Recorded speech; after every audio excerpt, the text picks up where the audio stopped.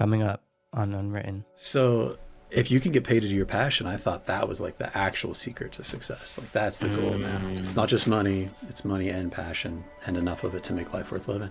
I do think that barbers, stylists, and bartenders are like frontline mental health workers. Like they're doing the therapy for the people that don't go that therapy. Don't believe in therapy. Yeah. In my mind, that's like an unhealthy obsession. It's like an extreme. Yeah, with your work.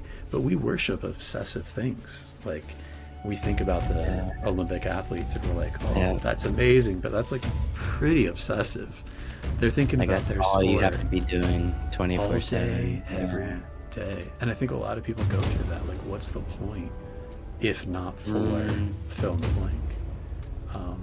And that's a really big wake-up call for a lot of people. Maybe we wouldn't even need to arrive at success because that process would be success enough in of itself that anything you were hoping for wouldn't matter anymore.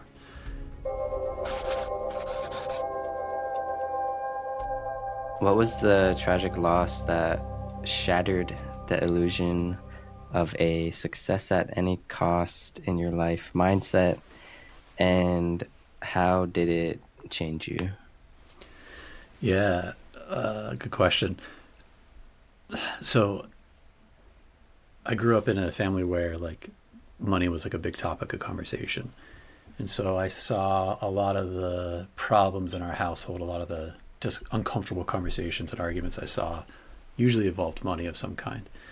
And so I always thought, oh, if we had money in our household, we would have had like no problems or way less problems, right? Like at least like the problems would have been different. Money could solve all the problems. Yeah.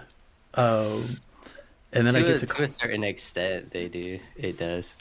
And I do think that in my household, it could have done some stuff for a lot of people, for sure. Yeah. And so I grew up with that mindset and thought, okay, you got to work hard, and if you work hard, you get rewarded, and the more you get rewarded, the more opportunities you have, and the more money you can make, and then the more you work. Like, so just that cycle of success is kind of a story I grew up with. That's one of my like gripes against like the entrepreneur hustle culture. Is it's like, because I was in that, like I was just trying to make money, and like, but it lacked purpose, and it was like, what can I find that has purpose, that I'm passionate about, that can also make money?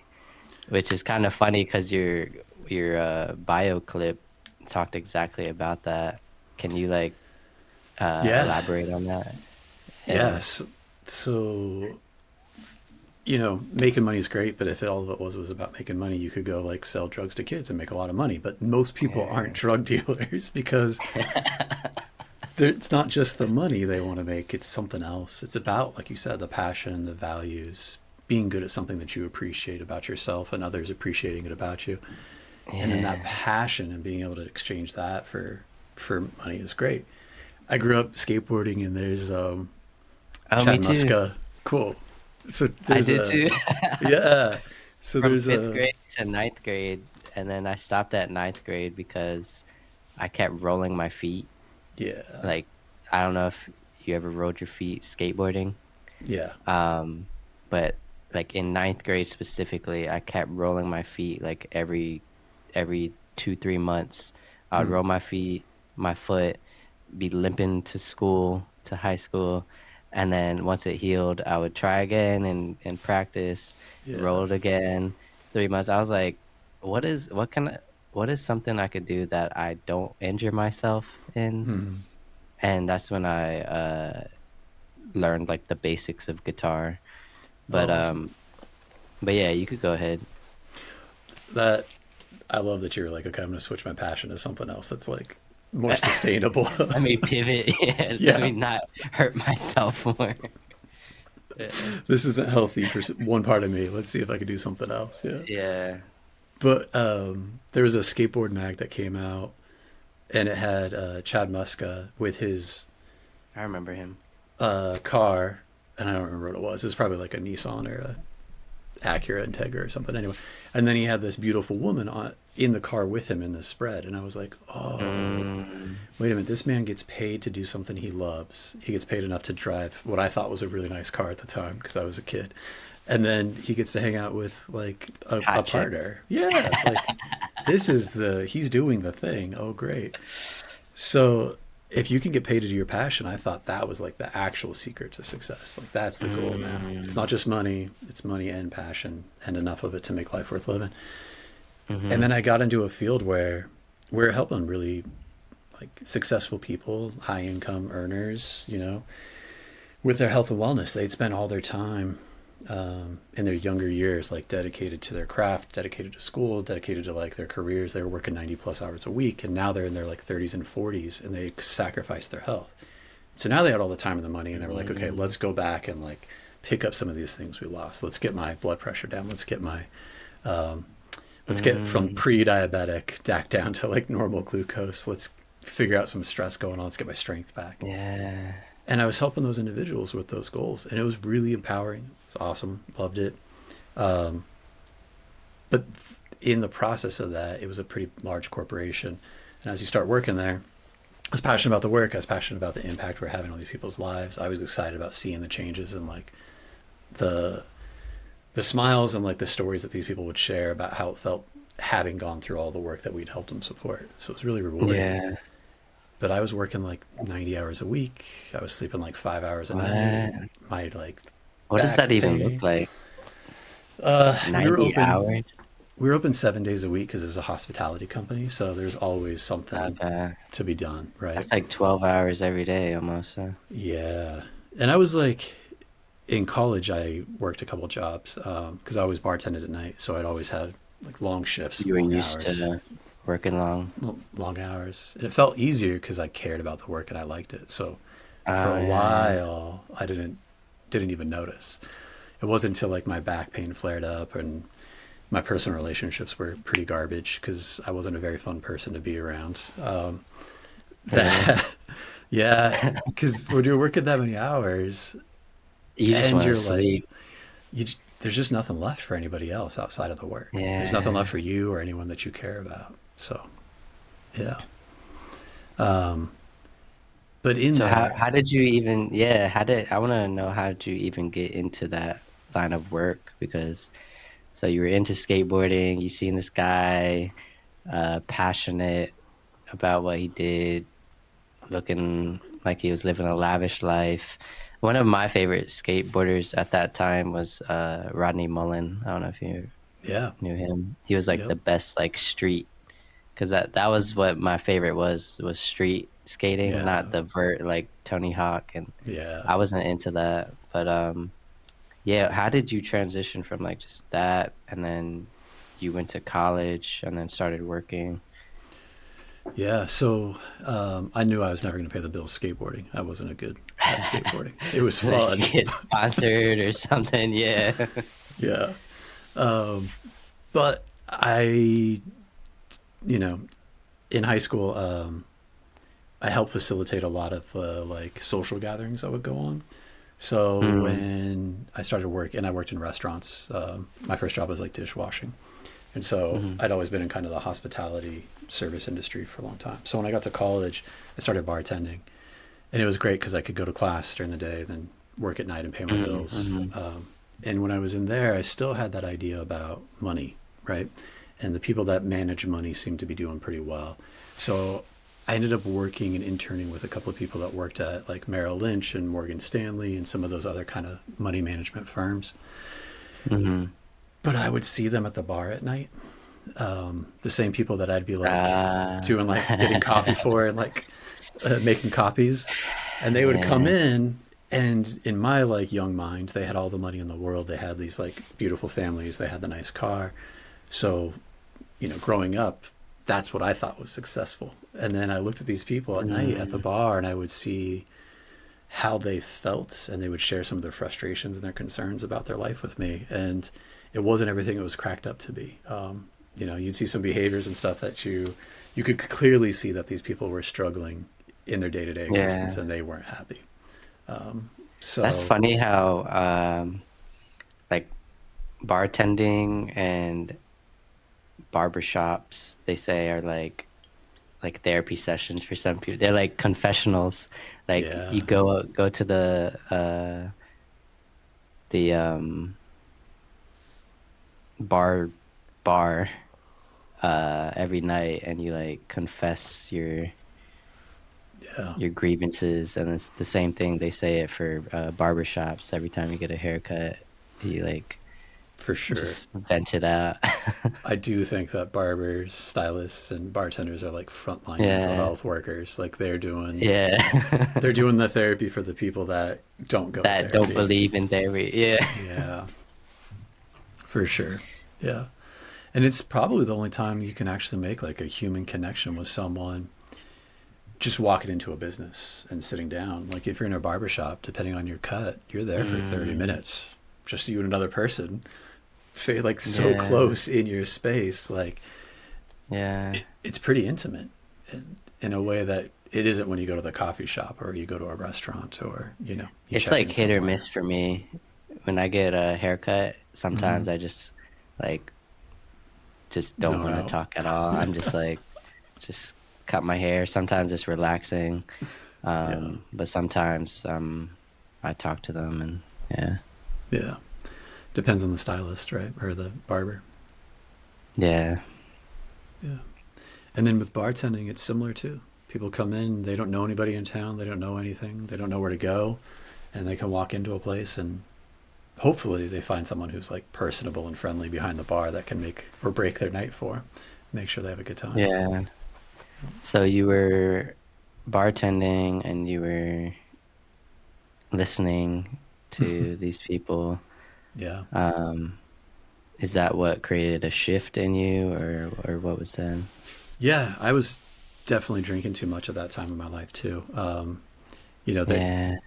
you know, it was a while ago now, so but I did it for 13 years. And for the first half of that, I drank behind the bar, I drank on my time off, I was work, Yeah. school, and then bartending.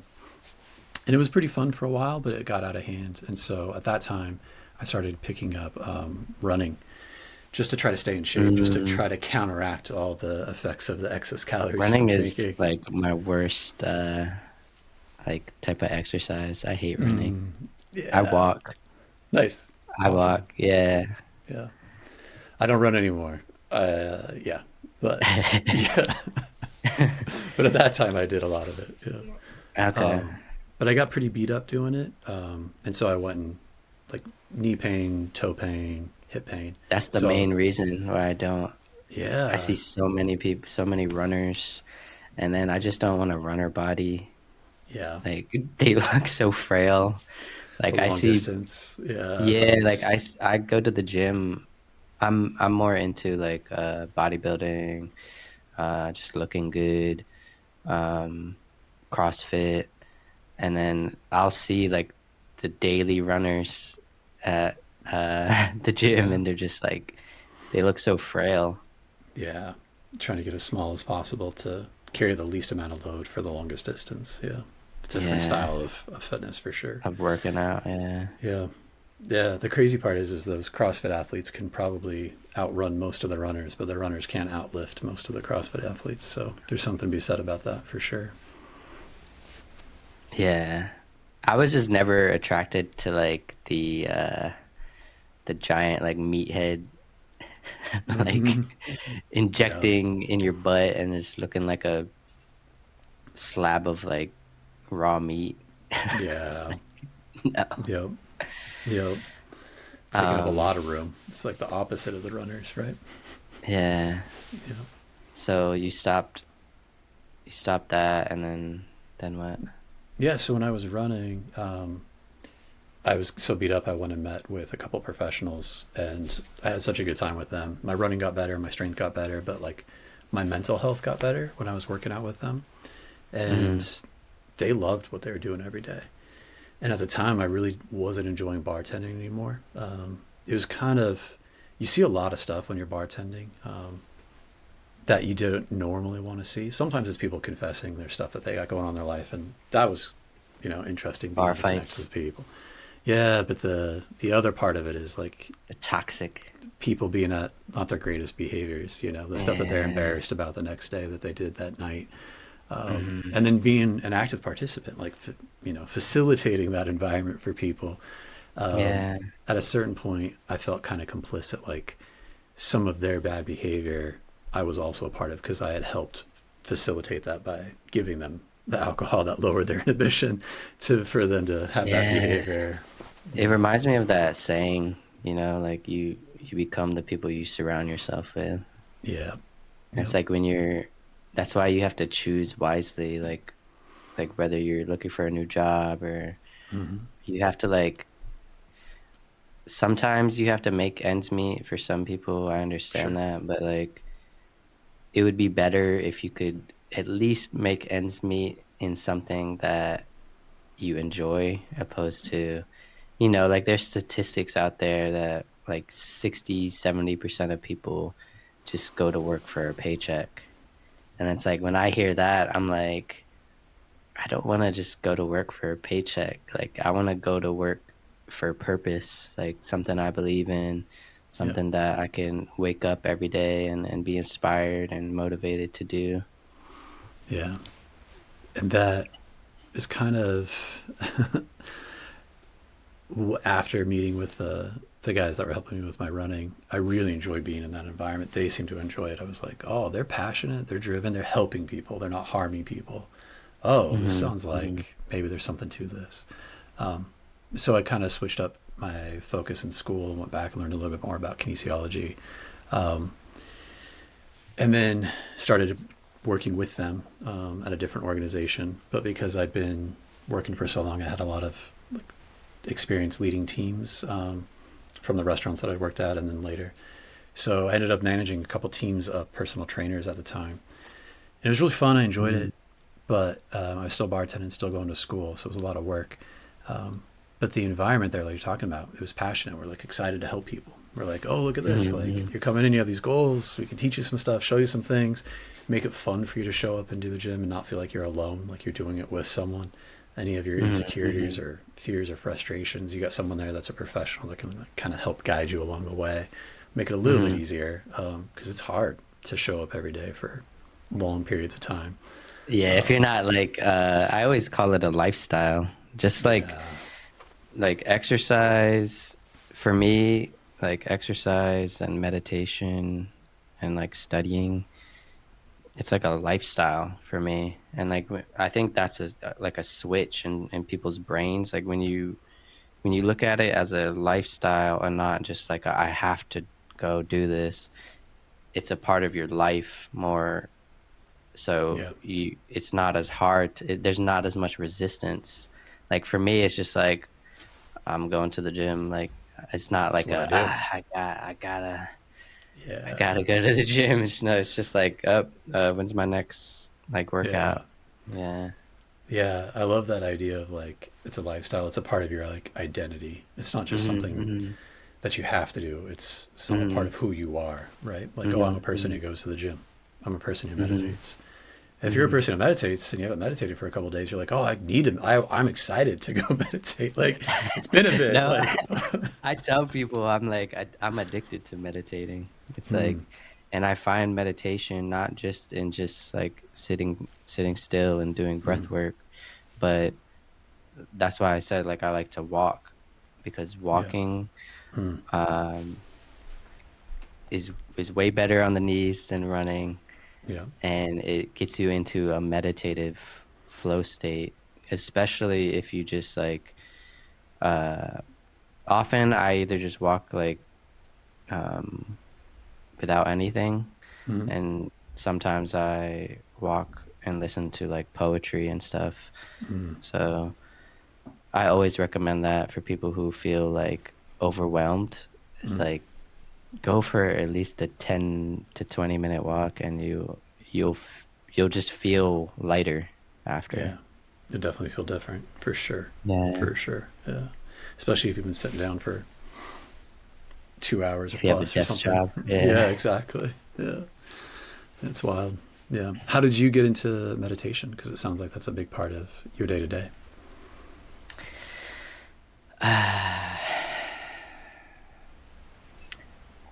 So I was first introduced to meditation, I think, uh, I was around 24, 25. Um, and it was the Headspace app.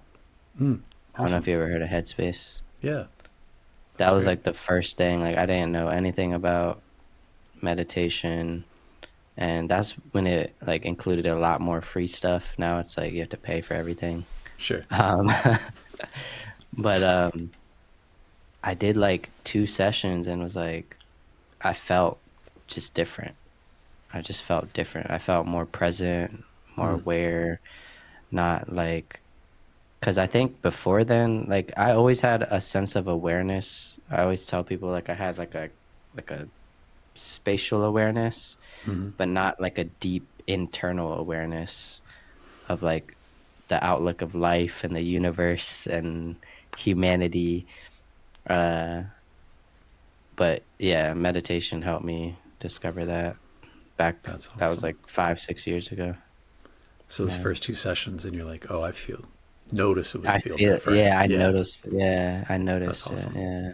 And it Yeah, wasn't even like crazy. It was just like a 10, 15 minute, and it wasn't no breath work.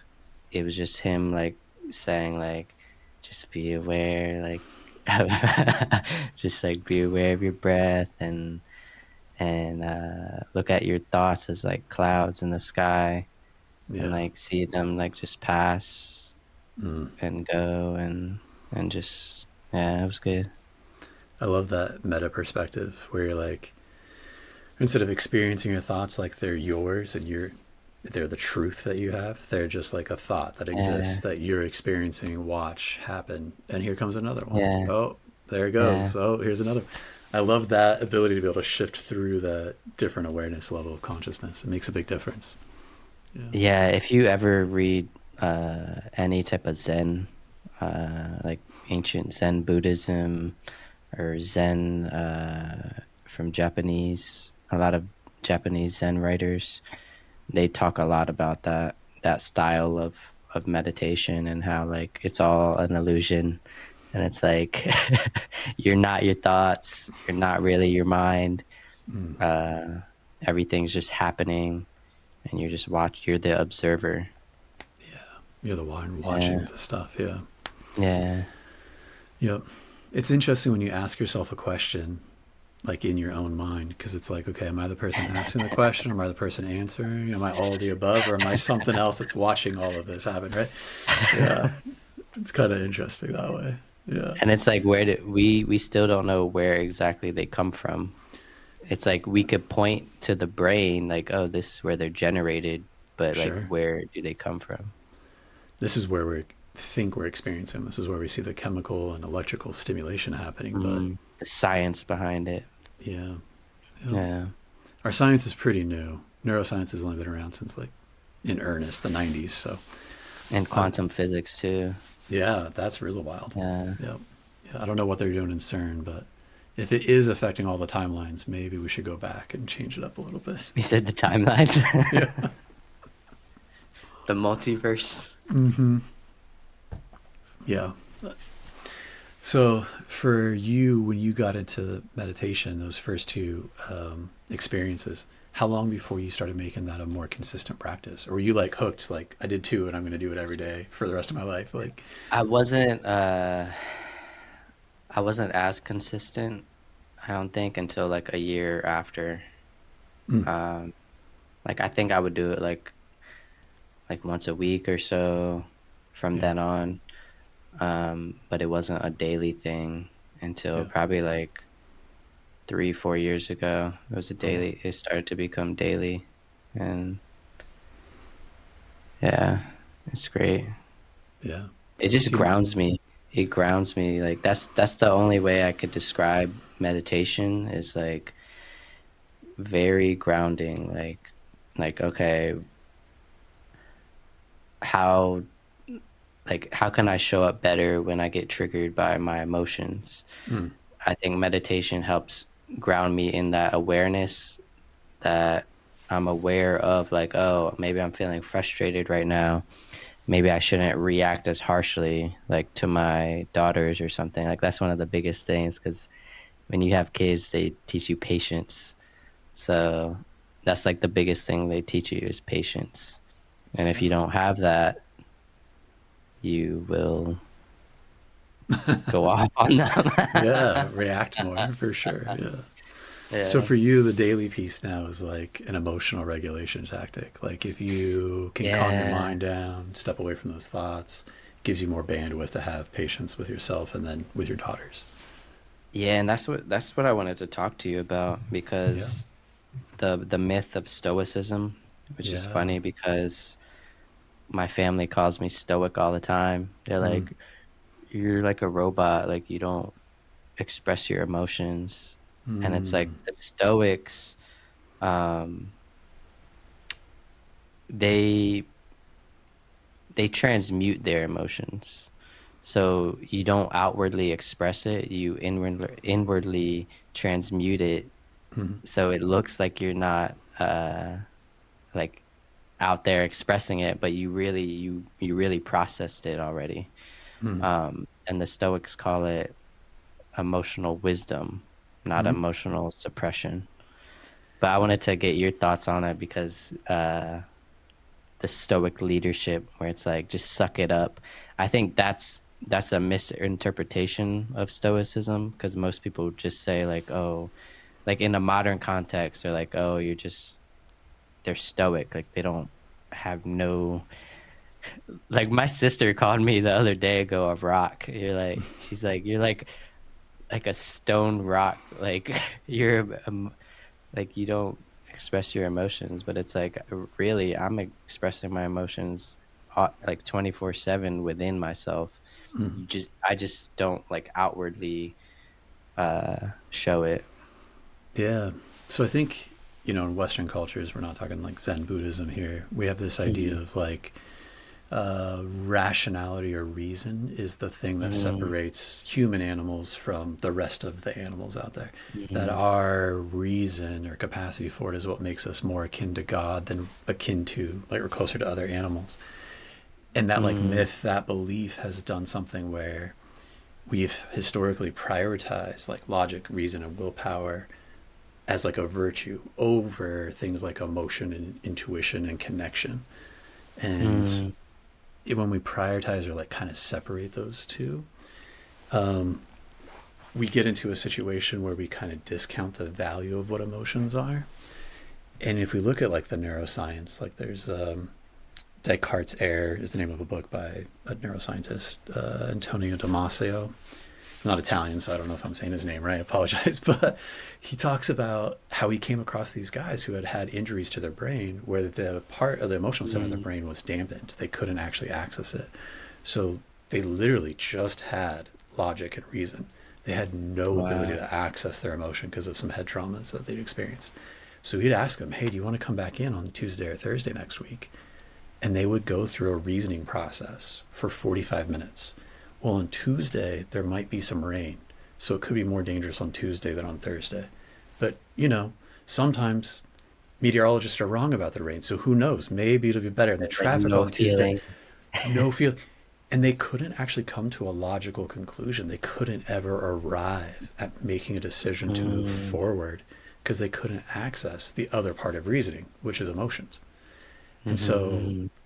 in historical ancient contexts, because we were so wanting to be, godlike in this like idea of what this pure being is and want to distance ourselves from animals, we had prioritized reason to the point of it being like this mythological, like actually caricature of itself.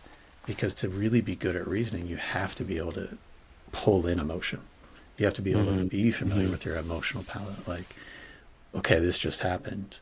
What am I experiencing? Where am I Yeah. experiencing that? Why does it make me feel that way? Have I felt this way before? What's similar or different now in this moment from that previous moment? How have I changed since then? What have I learned or grown or done? And Mhm. that like emotional palette, that like emotional regulation process is Mhm. so important. And if we don't have access to that stuff, and we don't work through it, it still stays inside of our body. It still creates this like tension Yeah, why do you until think we act on people, it. yeah, why do you think people do that? You think it's just taught from society and the Western culture? Absolutely. Yep. I think it's that we discounted emotions. We think emotions are Weak. dangerous. Yeah, that if you can't control your emotions, you're weak. Mm, That if your emotions control you, you're less of a person. You're more animalistic. You're less than. You're a second or a third class citizen. And we see that in a lot of language, like man up, like, or don't be such a little, you're hate in the that. military and you see all those, the drill instructors yelling at the recruits there, the troops. Yeah, for me it was always because I have a naturally soft-spoken voice, Hmm. so it was like speak up. From here. Yeah. Yeah. And I think anytime we like discount the human experience in any way, we're like sacrificing something of ourselves that's important. Because it's that like wide, Yeah. like pendulum swing of the human experience that's important to honor. If we like corral it off in this corner, we're going to sacrifice one thing to the other. We're going to end up worse off than we would be otherwise. So what do you recommend people who have trouble or are suppressing, Yeah. maybe consciously, unconsciously, subconsciously, they're uh suppressing their emotions? Yeah. I think a lot of people have been taught that displaying emotion is like not appropriate, or at least in the work context, it's not professional. And to be Mm, fair, like when you're a toddler and you're like overstimulated, you're hungry, you're tired, your behavior is going to reflect your experience. As an yeah. adult, we expect a little bit different. You can be hungry and tired, but we still expect you to behave like an adult. That's not what Mm, we're talking about here. But if we don't go in and be like, if we feel an emotion, instead of saying like, oh, what am I feeling? And we just try to maintain our composure as an adult, doing adult things, being very professional, and we never go back to understand what that's going on, that's where we see a lot of people struggle with cardiovascular disease, with like longer term stress response stuff. They get outside of their window of yeah. tolerance and they get into a chronic stress state. Some of the first studies done on burnout in the workplace were with like ICU nurses, where when they're doing their job, they're watching terrible stuff that most people can't stomach the sight of. That's just every day for them. If you're at a Starbucks and you're getting your coffee and you're like steaming milk and spilling some on the counter, oh well. But when you're an ICU nurse, the spilled milk on the counter isn't spilled milk, it's something else. And they still have to maintain that professionalism and that composure. And in those settings, it doesn't help the client, the patient that they're trying to save, to have their emotions overwhelm them in that moment. So they hold on to it, they put Mm-hmm. it aside, they compartmentalize so they can get through their day and do a good job. But then at the end of their shift, they get so good at putting all of those things away. If they don't go back to revisit them, open them up, and process them, that's where they end up burning out, because there's so Mm, much of that they're just like holding in and keeping that dis-ease. sequestered. Yeah. Yeah, it catches up with them, and then they end up can't being a good nurse eventually, because they've been so good at being a nurse in the moment that eventually that skill overrides their ability to show up in the long run. So it's challenging that way too. What about the what about the sustainability aspect of work-life balance, Yeah. um, preventing burnout? What about all that? Yeah, so I think a lot of times if we go back to like ICU nurses, maybe there needs to be a place for them during their shift to be able to unpack some of those things at the end of it or the beginning of it.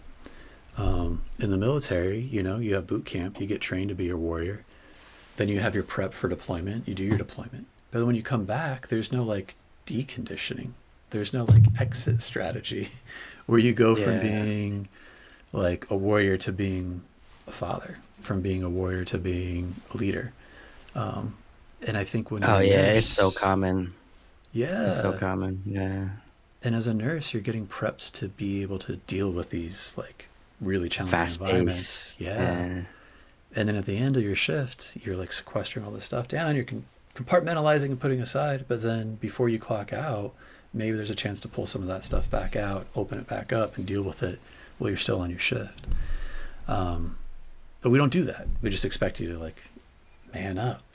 What are you talking What about? does These that emotions. practically look like? What does it Yeah. practically look like? Could be Yeah. mindfulness. Could be mindfulness. And it would be a mindful type of practice. It could be a little bit different for everybody, but emotional Yeah. regulation strategies are literally just asking yourself like, okay, what did I see today? What are my thoughts or feelings about it? And is it okay to Mm, express these and talk about it with someone else and yeah. know that I'm not alone in having those feelings? Sometimes that in of itself is Yeah. enough for people. I think it's the culture, man. It's like I think most people just don't give themselves the time, Yeah. like that presence awareness to truly be like that's why when I say grounded, I mean like present in this moment, like right now. I'm here Yeah. right now. And it's like just 5 minutes, like 5, 10 minutes, Yeah. like go on your break, like your 30-minute break or whatever, and Yeah. go for that walk, go journal, go do whatever it is to like to recenter yourself. And I think that's one of the fundamental issues in Yeah. people who maybe work a lot or workaholics. It's like they just don't give themselves the time to do that. And you were talking about wanting to get paid for something you're passionate about. When Yeah. you like really care about the outcome of your work and you know what you're doing like is making an impact and that's like exciting to see, sometimes there's Yeah. no incentive to slow down and take that time because you're like Uh, so excited, so interested, so passionate about it that you can become like obsessive. yeah. Where like taking time away from the work you're doing almost feels like you're like cheating on your work. Like you almost feel guilty Like you for have like, blinders on. Yeah. yeah. And so anything that pulls your attention away feels like it's a waste of time. And you'll Mm. like, if you ever, if you've ever seen like I think Charles Darwin has this like in his notes, right? He has this whole like 3 pages written about like the idea of like, should I get a wife? Should I get married? And he has like a pros and cons list of what it would be like. And in his cons list, he's saying like, well, it'd be time away from my work. It would be time away from my studies. It'd be Mm. time away from everything I care about, that this like field of knowledge I'm bringing into the world. Yeah. The pros are when I'm in old age, I'll have someone to think back and share like my memories with. I'll have kids to be able to live on this like story. And it's like a Yeah. 3 page pros and cons list where he's like literally talking about how if he has someone in his life, he will have less of himself and his attention that he can dedicate to his work. In my mind, Mm. that's like an unhealthy It's like an obsession, extreme. yeah, Yeah. with your work. But we worship obsessive things. Like we think about the Yeah. Olympic athletes and we're like, Yeah. oh, that's amazing. But that's like pretty obsessive. They're thinking Like about that's their all you have to sport be doing all day, 24/7. Yeah. every day. And even if you are taking a moment to yourself and you're doing some breath work or mindfulness, it's in pursuit of being able to be better at Mm. that thing. Mhm. It's Mhm. not like just a value in of itself. It's like, what is it? What am I getting from this? Right. Mhm. And so I do think that passion can lead to that obsession. And then if it goes too far, it can actually be harmful. Yeah, you said you should use your values as guardrails for your passion.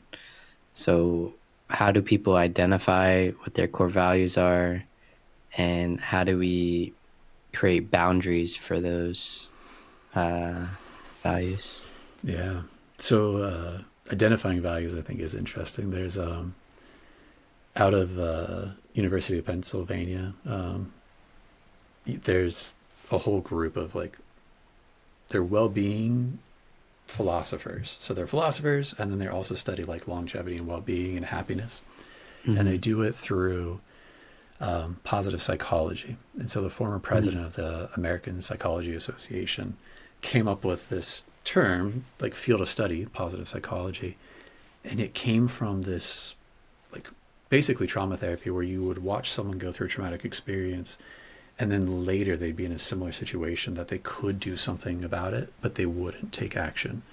And so we kind of coined Mm. this term learned helplessness, where you've been Oh through yeah, something I so heard that. intense that, like, in that moment you couldn't do anything, but now you've been trained and conditioned that when bad things happen, there's nothing you can do about it.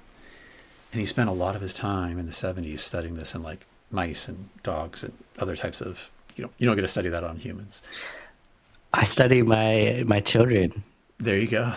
Yeah. on learned helplessness. I because they'll always come for me to like, oh, can you open this Yeah. water bottle? Because they struggle opening like jars Yeah. and water bottles and stuff, and I'm like, you can do it.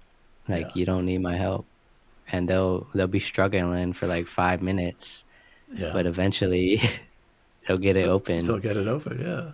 So it's like you don't need me anymore. Like Yep. But they yeah, did at one point, right? They tried and tried, they and it was did. never going to Yeah, happen. Now, yeah. yeah, Now they're strong enough to do it by themselves. they've grown, they've changed, they developed. The world is different, they're Yeah. different in it, and their skills have grown.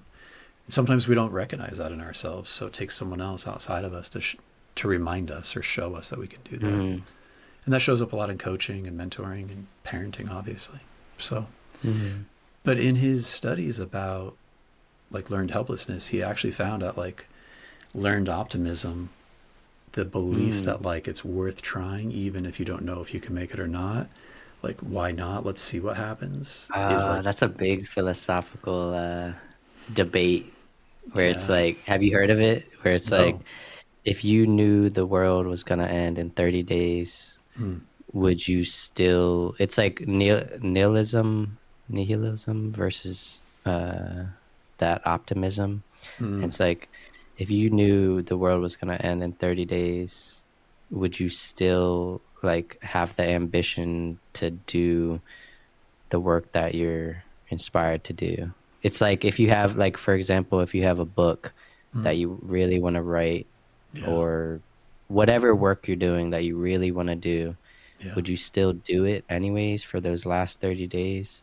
Or would you just say, fuck it, like the world's gonna end, like we're all yeah. dead anyways, like So there are some people that, like, love writing, like, Stephen King. He's like, I'd rather be writing than almost doing anything else, and that's, like, he's a pretty prolific writer. That's, like, mostly what he does is write, yeah, right? And then yeah. Aaron Sorkin talks about writing as, like, the most enjoyable experience that he can do. So, like, somehow some people are artists, some people make music, like you're talking about guitar, getting lost, learning a song or playing something Mhm. new. The world just disappears and you're just in that Creative moment. outlet.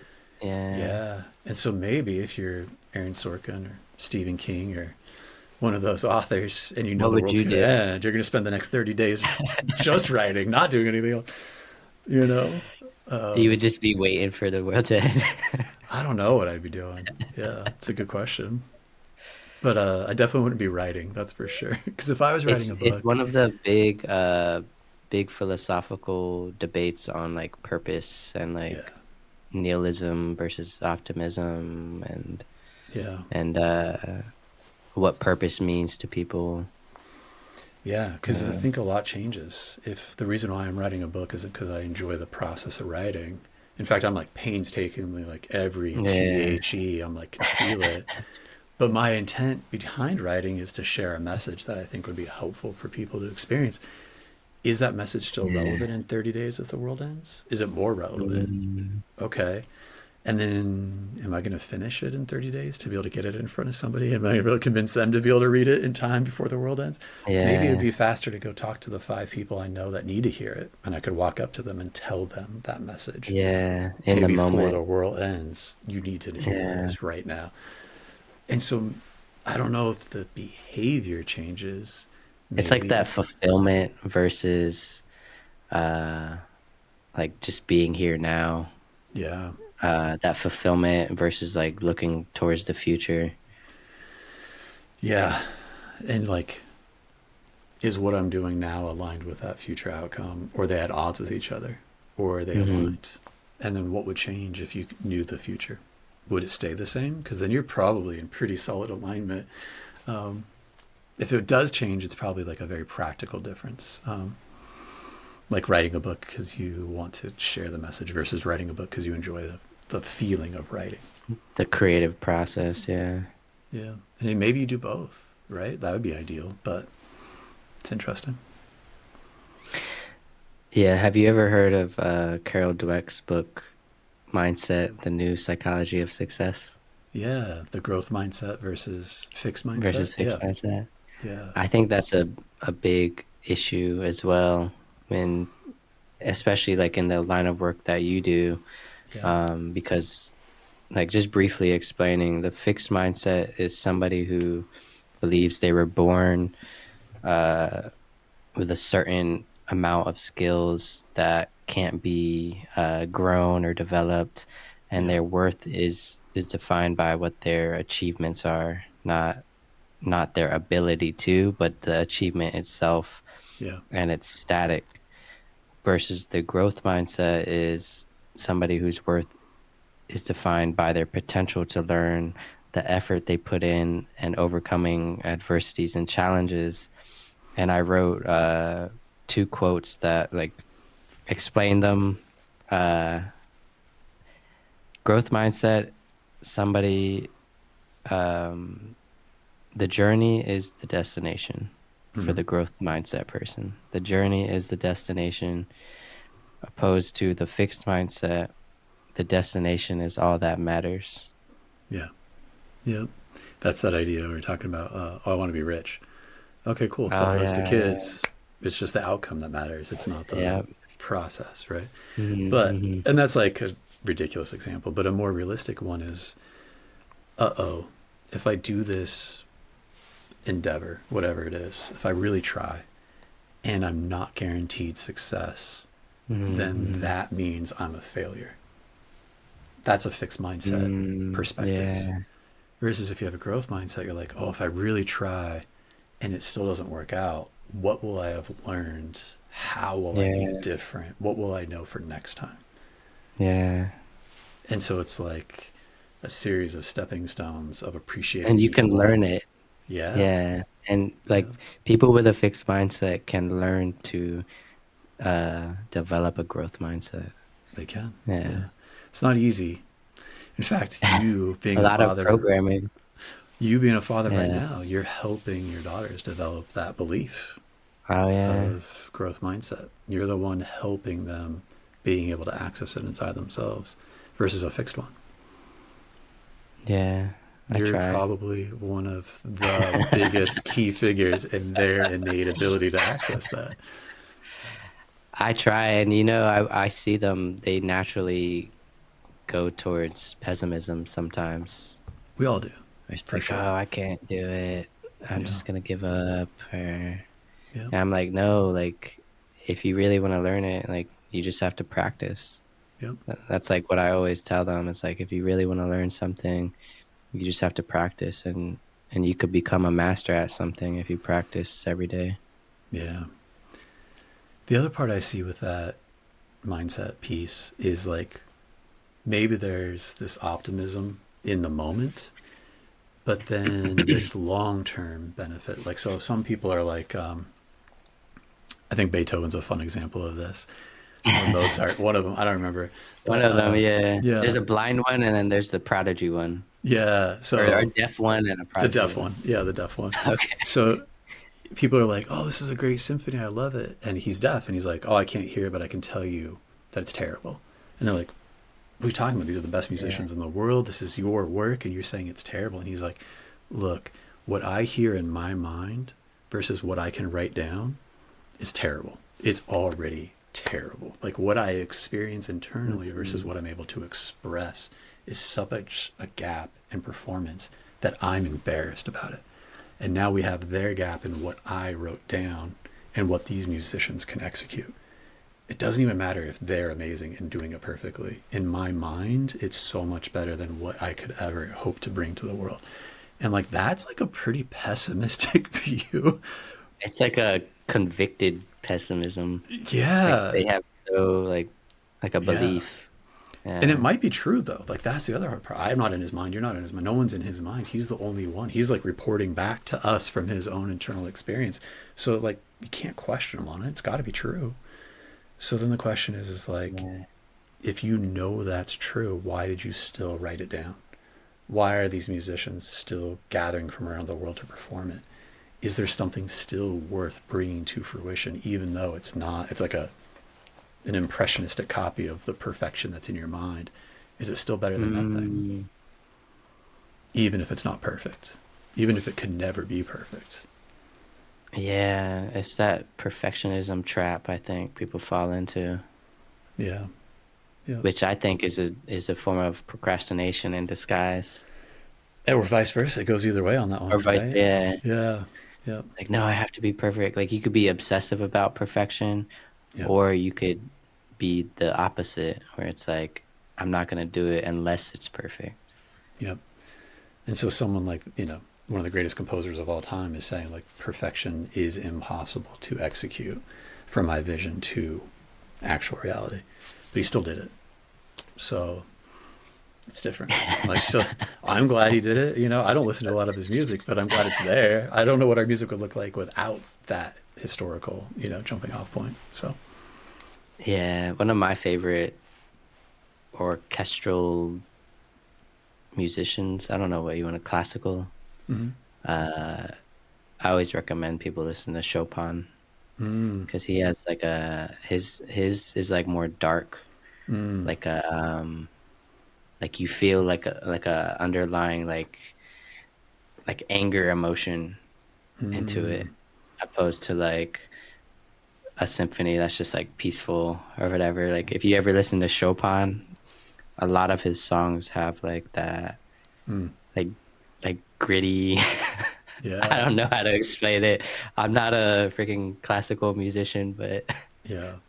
So if you played yeah, Chopin on your guitar, some distortion, it would feel like death metal, like modern day, like, I would say so. Yeah, yeah, I would that's say cool. so. Yeah. Um, you said burnout is a mismatch Mm-hmm. between what your nervous system needs and what your environment demands. Yeah. There's, anytime you're expected to perform, but you're not given the resources you need to maintain that performance or recover from performing, like that takes a toll on your body. And so we have to be able to bridge that gap somehow. And the wider that gap is to begin with, the more work it recovers, the longer time you're in that refractory period, being able to get back to baseline. And so there's a couple things that your nervous system needs to be okay. Some people need a lot of sensory stimulation to feel comfy. Some people need like very, very little. Like if you put some people in a library and everyone's like, shh, they're going to go insane because they need so much more stimulation. Maybe you put No, them I in seen like, that the other day ago. Like I yeah, just went to the grocery store and I was checking out yeah, and the lady was just like she was just kind of like not shaking but mm-hmm. like kind of antsy Yeah, um and I was just like, "Are you okay?" And she was like, "Yeah, like what's wrong?" And I was yeah, just like like you seem like ultra hyper right now. yeah, And she's like, "Yeah, I just run hyper, I yeah. guess." She just needs more stimulation. Standing still Yeah. doesn't work for her. She needs to be moving, Yeah. you know? Yeah, that's the funny thing, because I had forgot a item. And she Mm. was like, "Oh, I'll go get it. I'll go She's get like, it for you." perfect. She literally That's so sprinted awesome. over That's and so went and funny. go got it for me. Yeah, Yeah. she's probably happy to do that. She's like, finally, I get Yeah. a chance to move a I little get bit. to Yeah.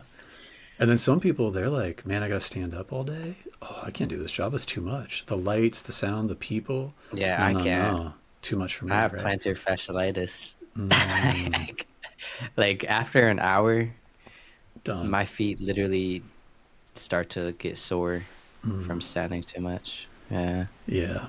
Yep. And so if you're in a situation where you're required to stand for your job, like it's going to be a problem. It's going to be a real problem, right? If you got to be able to do that job to pay your bills, to take care of your girls, like it's going to be an even bigger problem, not just for you, but for them too. So Mm-hmm. like managing that gap is really important. And so it can be like on a sensory level, like that lady needs to be in a position where she can move. If she's like The told to have to somatics. stay still, that's going to Yeah. be a lot of work for her. She's not going to have I that can't energy do left over. that. Yeah. I gotta move. Yeah. And then there's, if you're not getting enough sleep, you're not getting enough food, you're not getting enough Oh like, yeah. those things that your body needs to feel okay. And then Yeah. if you only experience like your negativity bias is so strong that it's hard for you to feel positive emotions, that's really challenging Mm. too. And so I that's where find that that emotional, common. I find that common in the overthinker mind.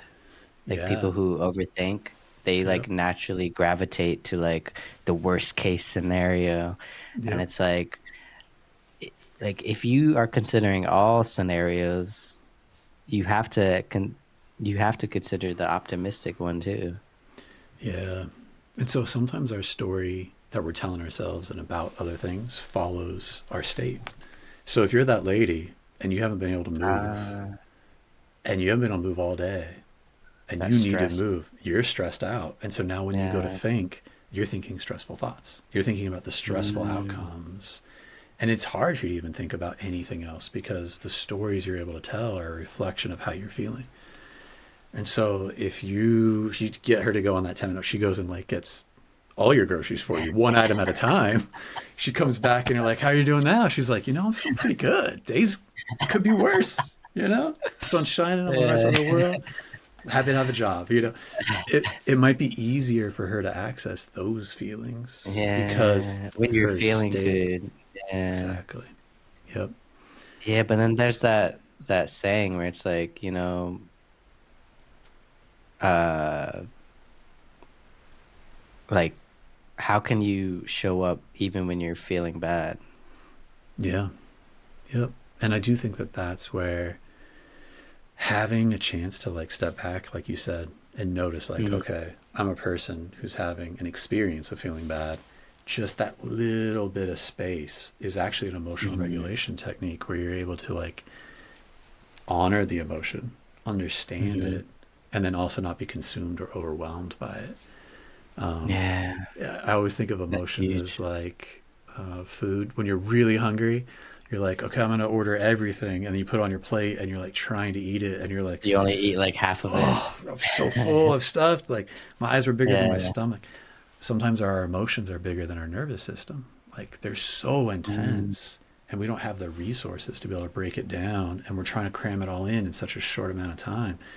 And like we get indigestion from that. Like we get heartburn from it. Like both literally like oh stomach yeah. issues and like heart No, issues. But yeah. People don't realize like how much that I think it's called like technically speaking psychophysiology, yeah, where it's like that people don't realize how much they think actually affects your overall physiology. absolutely. It goes both ways too. Yeah. So like if I'm sitting down eating like a quinoa salad, right, the healthiest thing, and my Oh, phone quinoa. rings, yeah, and my phone rings and it's my mom and she's telling me about a horrific accident that she went through, my stomach's going to drop. I'm going to be upset. And that's an Mm-hmm. appropriate response. But now my brain is like, hey, we had this flavor profile with this texture, with this sensation, with this emotional experience. The next time I sit Mm. down and have that same salad, it's probably going to be challenging Yeah. for my body to understand that that's just a salad and has nothing to do with my mom's Your brain circumstance. picks up on that stuff. Yeah. Creates those associations. Yep. Yeah. And so, and that one really shows up like with foods. If you get, if you have a disgusting experience around food, that disgust will carry on and is harder to decouple from your experience than something else is. Mm. Like people have experiences with dogs all the time where like they develop a little bit of a fear of dogs, and you can work on that and like cure a fear Oh of yeah, that phobia. happened the other day ago. I Mm, was walking my dog at the mall, yeah. and she's just a freaking little sweet like corgi nugget. And And she loves humans. She like for some reason both of my corgis don't like other dogs that Yeah, much, but they love sure. humans. Yeah, Um, as soon as she seen him, she like jumped out of her yeah, chair. I was like, "Oh my God." I'm like, yeah, she is the sweetest thing. Like you don't have to be scared of yeah. her. And it's not even about your dogs or their temperament. It's about her That experience. And association for it's not whatever even, happened. yeah, it's not Yeah. even that present moment. It's like an experience she had before, right? And we do that like Yeah. as a natural part of our body. Like, when your kids were little, when you were little, you'd be like, ouch, don't touch that, it's hot. And then you'd be like, yeah, sure, Mhm. whatever. And you touch the thing and it would burn you. And you'd be like, oh, ah. Now, as an adult, you reach for something, you feel the heat, your hand immediately withdraws before you even get burned. You still feel the pain as if it hurt you, but you'll look down and you're like, oh, that didn't even burn me. Man, I was like kind of Yeah. overreacting. No, you were reacting, and the pain is from the perception of the change in rapid temperature to the point it gets you to withdraw automatically. That's such a like brainstem process. That lady seeing your corgi was having the same brainstem process. Dog bad, dog dangerous, hot, Yeah. ouch, don't. And like her whole nervous system was flooded with all of that stuff. But you can unlearn that just like she learned it originally. But when it comes to like foods and those types of associations, it's like really challenging to get the body to Oh, really? unlearn them. Food specifically. Food specifically is like one of the most challenging things to like decouple from those types of associations. Because like our strong evolutionary trait of like disgust for rotten food or bad food is protective because we Yeah. historically probably died from eating bad food, for the Poison, that millennia poison of, berry. yeah, exactly. Yeah. I would hate to be the guy that discovered poison berries and died from poison berries. Like, Yeah. don't eat those berries. Somebody just Yeah. died from them. Yeah. And I It's think like the that's worst probably way to. why we tell stories right there. Is like it's not the person who Oh died, it's yeah, the person who lived to tell the story. That's the important part. Otherwise we'd all be dead, right? We'd all be in the stupid berry. yeah. That's the big. I think that's one of the biggest parts of humanity. Yeah. Honestly, the stories we tell and uh, how we learn from the stories, and like it's like a never-ending process of just like Yeah. stories and learning and stories and learning for thousands of years. Yeah. Yeah. We've gotten really good at it now. We got stories like video games that you can be the main character interacting with. Not an NPC. Yeah. It's pretty cool. So let's talk about self-worth. I think self-worth is a big one. Um, how does somebody rebuild their self-worth or maybe define their self-worth Hmm. in their entire identity is attached to a certain outcome or a certain title? The way I look at it is it's the ego. You have to separate the ego from who your true self is. Mm-hmm. Um, because at the fundamental like core of the ego, it's anything that comes after I am. Yeah. It's like I am, list all your achievements and titles. It's like when for me, that you have to separate that from your self-worth. Mm. So instead of saying like I am comma like a dad, I am comma a navalman, I am comma a podcaster. Yeah, yeah, Who am I if I'm no longer these things? yeah, yeah. Yeah. When I was in college, one of my roommates, he was a soccer player. He was a pretty good soccer player his whole life. His family was pretty big into it. Genetically, like he wasn't going to be the biggest, strongest guy on the team, but he knew the game so well that he could be where he Mm, needed to be before the ball got there, right? And that carried mm, him through. But by the time he was his freshman year in college, he was on his third knee surgery, and so he had to redshirt, like take a, for that whole year. And then he realized he didn't think he was going to be able to go back on the team. And his whole scholarship, his ability to pay for college, was based upon his ability to play. So he got into a deep funk because he's like, who am I now if I'm not a soccer player? If I'm not an athlete, who mm, even am I? And he stopped going to classes. He stopped like doing homework. He stopped doing a lot of things that it was really hard for him without that identity piece. Everything Depression. else just kind of Yeah. didn't feel like it was worth doing. And then the hard part is at the end of the year, the coaches got together and were like, hey, we know you can't play, but we want you to be a coach. We want you to be an assistant coach. We'll continue your scholarship. You can still be on the team, and you're going to be like running because of his eye for the game. Like, we need to borrow that and like get you to give that to other people. If you could just give them a little bit of what you got. But the hard part for him is he'd spent so much time not paying attention academically that he wasn't even eligible for the scholarship. So he had to drop out. And from that moment, like, it was such a disappointment and disruption in his life. It's been really hard for him to recover from that. Like, I think he still struggles to this day. We're talking 25 years later with how that era of his life played out, because it was such a hit to his identity of who he was as a person. He was so attached to that piece that without it, it was hard for him to organize. And like, why are you going to brush your teeth if you're not an athlete? Like, why are you going to get up and go to class if you're not an athlete? Why am I going to wipe my ass if Yeah. if It was, I'm not? yeah. Just It's stop taking care of yourself.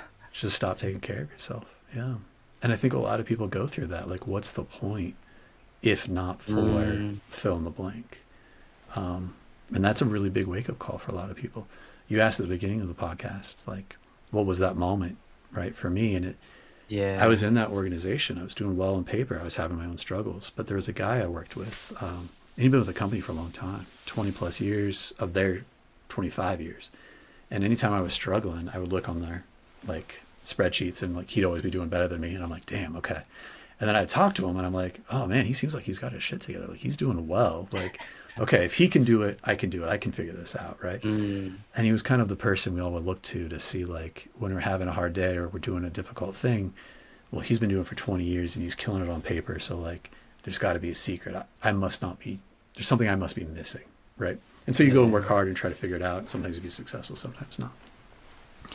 But then it was like 2 weeks after he'd gotten let go by the company, and I'm sitting in a room, like in a meeting with his replacement. And we're sitting there just like chatting, going through work, you know. It's kind of weird. Oh, he was let go, you said? Yeah, he'd been let go really quickly, like really suddenly. We kind of didn't know what was going on or why. Oh, you didn't know? Didn't get word. No one knew, you know. That's kind of how big corporations work sometimes. And we're sitting there in this meeting with his replacement after 2 weeks after this guy had been with the company for 20 years, and we get word that he had given so much of himself for so long to this organization. He had given so much of himself to that identity, that title, these relationships that he'd built, these teams that he'd developed, and like his passion and care for the work, that without access to that, he didn't feel like there was enough left in his own life to make it worth living. And so he decided to take his own life. Wow. And so we're sitting in this room and we got word that like, that was it. He's gone. Like that's how important his identity of all of those accolades, those titles, that position, those relationships. Without it, it didn't matter. It wasn't worth living for him. It's pretty wild. Wow. So we like think like, oh, if you love what you do, you'll never work a day in your life. But this man loved what he did, but all he did was work every day of his life, all day. And without it, he didn't know who he was anymore. And so there's danger there too. Yeah, that identity. Yeah, that identity piece. Yeah. So what is it for you? Great question. Yeah, I don't know. I'm still looking. Yeah. Yeah, still looking. Really? I do know that I really care about the work I do now, trying to help people kind of keep that pendulum inside of like a healthy range where they're not so apathetic with, you know, what they do every day in their life that it's not worth living, but they're not so obsessive that if they don't have it, that their life isn't worth living either. Yeah. Being able to help them navigate that in a way that like really truly feels successful and sustainable for them, helping them bridge that gap between what their unique nervous system needs versus like how they show up and navigate life. I never thought I'd be helping people with that, that was not something I like ever set out to do, right? I just wanted to pay my bills and, not have the same arguments my family had growing up. But it's pretty interesting being here now. Well, on that note, I always go back to a saying that Viktor Frankl said. And he said,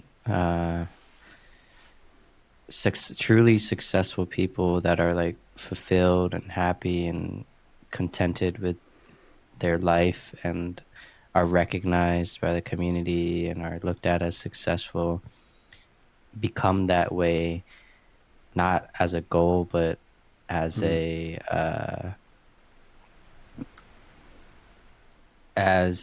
result of the work that they naturally do. Oh, interesting. So it's like they become successful not as like I had this goal to be this person, but they just do what they're fulfilled by, what gives them purpose, and as a result, they are recognized as successful people. That's interesting. It's a different definition. So maybe of that's the success. path. Maybe that's the path you're on, man. Maybe. I could hope, right? That'd be great if it is. Yeah. It's hard to know that when you're in something like that, right? It's like, it's easier after someone passes, looking back on that life, on that journey. It's easier to tell a story once it's ended, It's harder to tell it when you're living it and still feel authentic. Yeah, even with that, Steve Jobs said, I wasn't able to connect the dots until I looked back on my entire career. Yeah. Before he passed of cancer. Yeah, sometimes it just looks random, and then at the end you're like, "Oh, that's what it all led to." Right? Yeah. Yeah. So I wanted to cover hypnotherapy because you do hypnotherapy. Yeah, absolutely. It's one of the tools for sure. I wanted to cover the common misconceptions of hypnotherapy and how exactly does it work to help people? How exactly? There's a guy, Mesmer, where we get like mesmerized from is his last name. He used to think that he had like this wand that he could wave in front of people, and it was like a lead wand, I think, and it would magnetize people into focused states of attention, and he could cure people's limps. Benjamin Franklin was like, this man is a charlatan. He is a charlatan, and I'm going to call this fool out. And so he convened like a whole room full of people because there was no internet, there's no YouTube, right? And he swapped the canes that he was using. So he made one that was like not magnetic at all. And the same result happened. The same changes happened in the people that he was testing. Yeah. But the story that Mesmer was telling was wrong. He was saying that it was attributed to this magnetism in the blood or in the mind or whatever that he was manipulating with this tool. But it wasn't. It was something else. And so Ben Franklin was right. He said, hey, the story you're telling about this is wrong. Right? So when you say like, when you ask, how does it work? I'm like, I am in no way qualified. Oh, really? To even tell that story, because I don't know if anybody truly has like 100% of what's going on.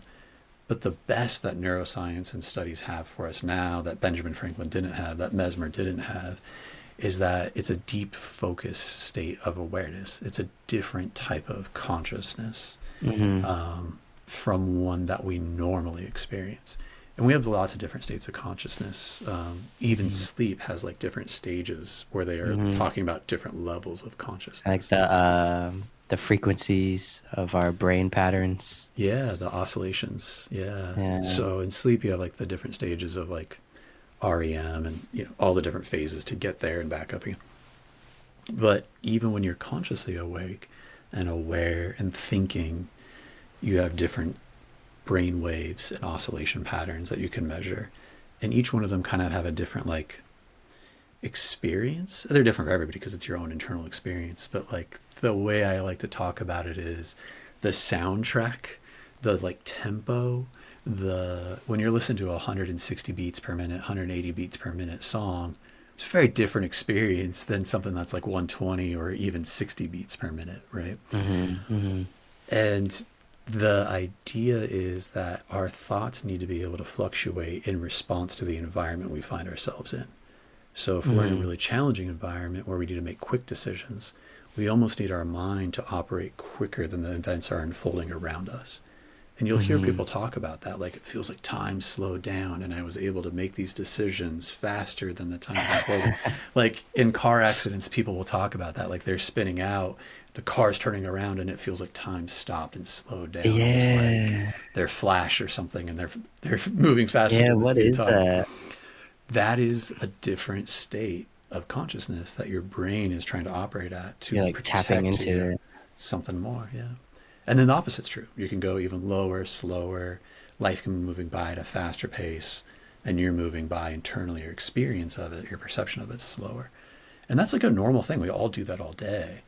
And hypnosis is a conscious process or an intentional process to try to elicit a deep state of focus so we can do some of Mm-hmm. this neural learning processes, these associations that our brain's doing all the time. But instead of doing it just experientially, haphazardly, going through your day, being like, oh, I got that bad phone call. Now I can't eat salads anymore. we're going to do we're going to do a version of that, but we're going to do it to make your life easier, more enjoyable, more That's productive, funny. I have a healthy. story, a food story. Yeah. Um, so I had uh, I think it like really actually fundamentally messed up a lot of my gut bacteria though. Mm. I had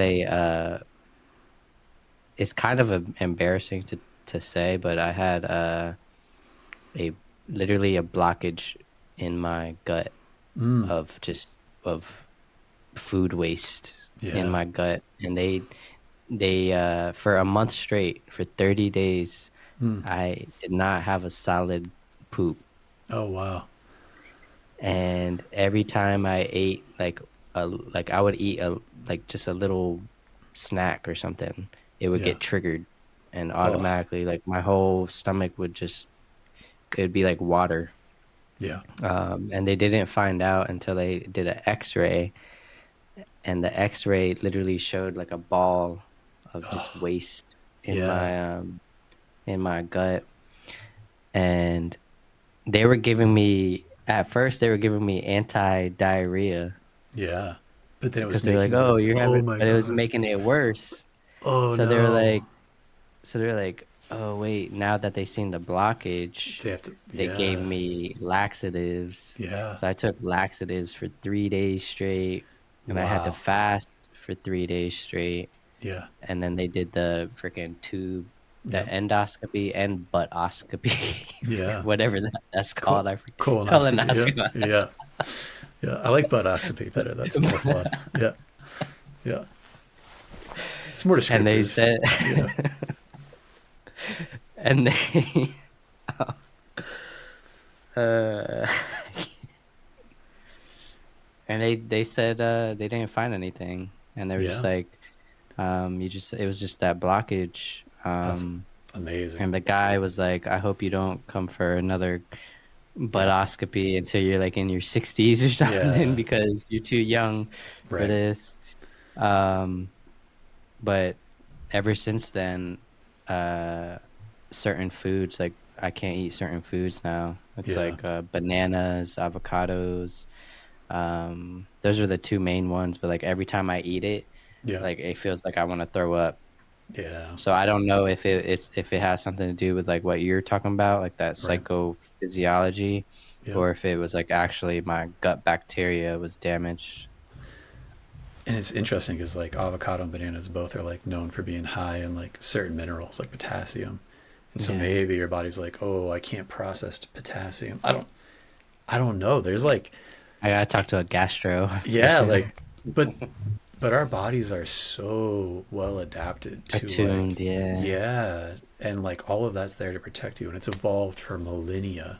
So like the stories we tell about it now are very different than the stories we told about it 50 years ago, let alone 150 years ago. So like, and our ability to understand things and tell reasonable stories is speeding up even so quickly. Like the story we would tell 5 years from now is probably going to be way more Man, descriptive. AI, Yeah. you see AI just 5 years ago, it looked like claymation chump like Yeah. like and now it's like you can't even tell the difference now. It's Yeah. wild.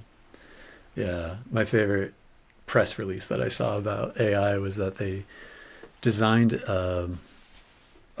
bread recognition software through AI, like through like analyzation to like make self checkout faster so they could pay cashiers less. So like, cool, is this a Mm, croissant or is this like sourdough or is this like a French loaf? And they like fed it all the different images, trained it, and then now when you move the bread over, it can automatically like skew the price. just the from the camera. Yeah. And then they Yeah. took that software and put it into medical devices where now they can use that same thing to screen for skin cancers.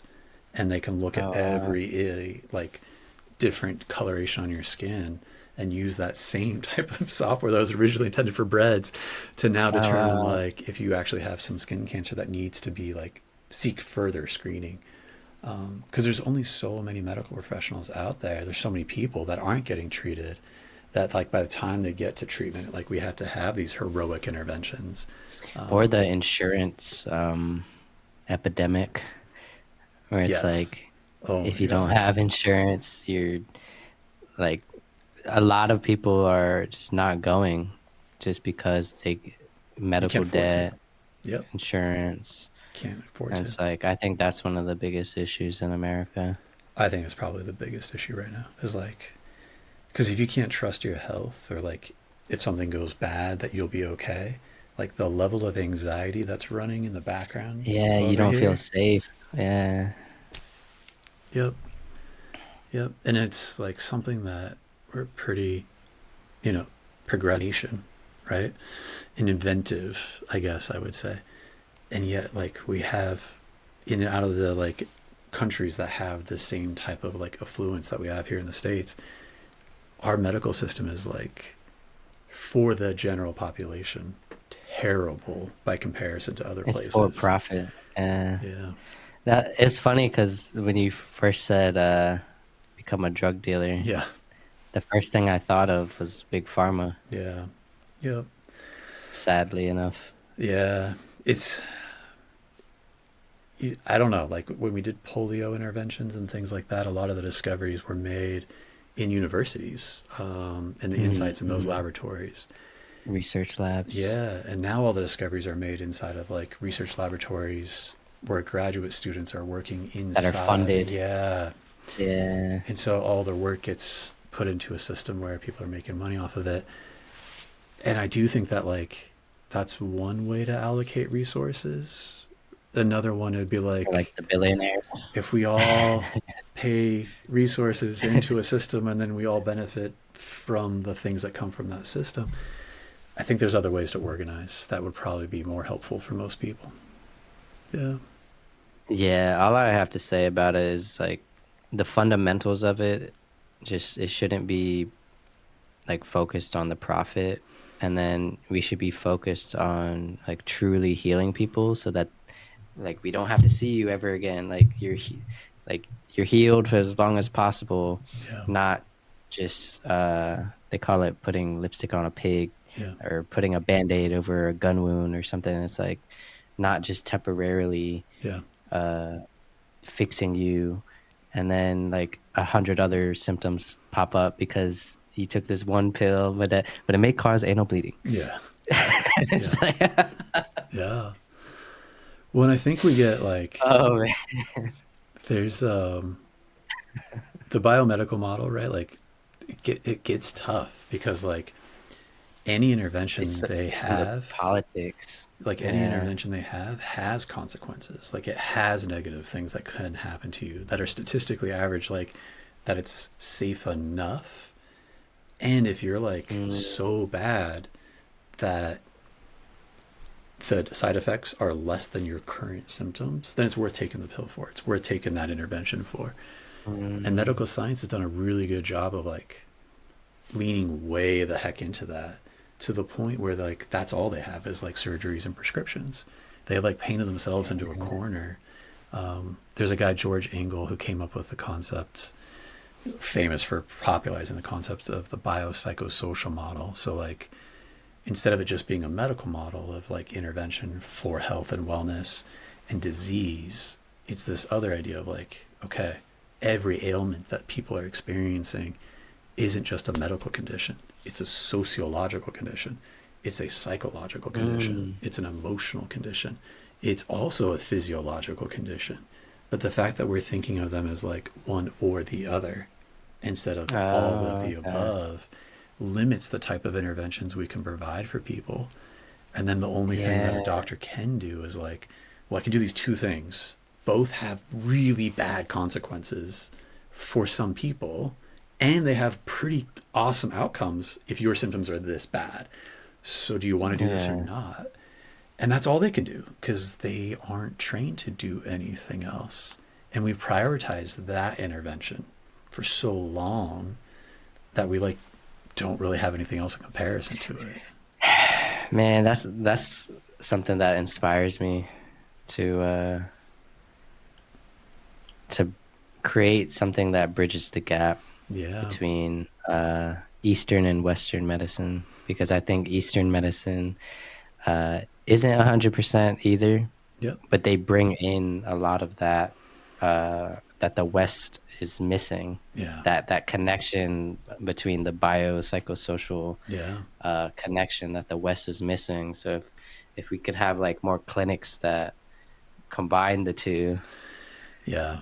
Well, and it'd be different too if we had like a healthier community base. Like when you look at like mental health policies or physical health policies, it's like really interesting stuff that affects like entire populations of people. Like if you Mm. look at like the average BMI of people in a city that has public transit, that uses the public transit that's available to them Oh, versus a really? city that doesn't have a public transit system or like no one's using it, the Like BM walking. yeah, the BMI is completely different in those populations. When you account for everything else, like different regional food, different types of like culinary experiences, even how much vegetables Yeah, these people eat. Because if for you to go do your day to day things, for you to go take your daughters to go do something interesting, you got to you walk have to walk. a half a Yeah. mile, and then you're going to walk a half a mile at the thing and then walk a half a mile back. You know, I'm in Southern Yeah. California and we have like such a car culture here. We have more room and spaces Oh, for really? cars, it feels like, than we do homes for people. Because you have to go get in a Yeah. car to drive somewhere to park. And like the space for cars takes up so much room. It takes up more room than the store that everyone's going to visit. We need to bring back village culture. Yeah. Yeah. It's like everything. They actually in San Diego they had some of those. They were starting to build before I left. They were starting to build like neighborhoods, like in a square format. Oh, But interesting. then in the middle of Yeah. the neighborhood was like a little mini market, Yeah. a little mini like pediatric clinic, Yeah. like in the middle of the neighborhood. I remember they should do more of that. Yeah. I think I love that model where it's like, okay, we have these, 1,500 people or 5,000 people, and like, what are all the goods and in the services someone neighborhood. needs? It's right here. Okay, now Hmm. we have 50,000 people. What are all the extra services that aren't counted in that one thing? And then let's build another Yeah, community that all those communities are built around, right? I, yeah. it's unbelievable to me how much those types of policies affect our mental, emotional, and physical well-being. Like, those are the preventative types of things that like a lot Hmm. of people don't talk about, that your doctor Something like can't that help you simple with, that you don't even think. don't even know about. Yeah, Yeah. yeah. Yep. It's pretty wild. Garrett, before because I know we got like 30 minutes left. Yeah. Before I close out, I want to ask you about your A cubed model. Oh yeah. So A cube.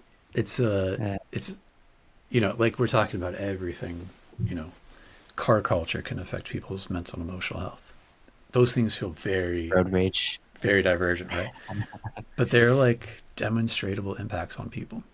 So the Mm, A3 framework, that like A cubed model, is really to try to make it more accessible and kind of create some guardrails to make it easier to make practical everyday interventions that help bridge that gap between what your nervous system needs and like the day-to-day environment you find yourself in that you have to operate in.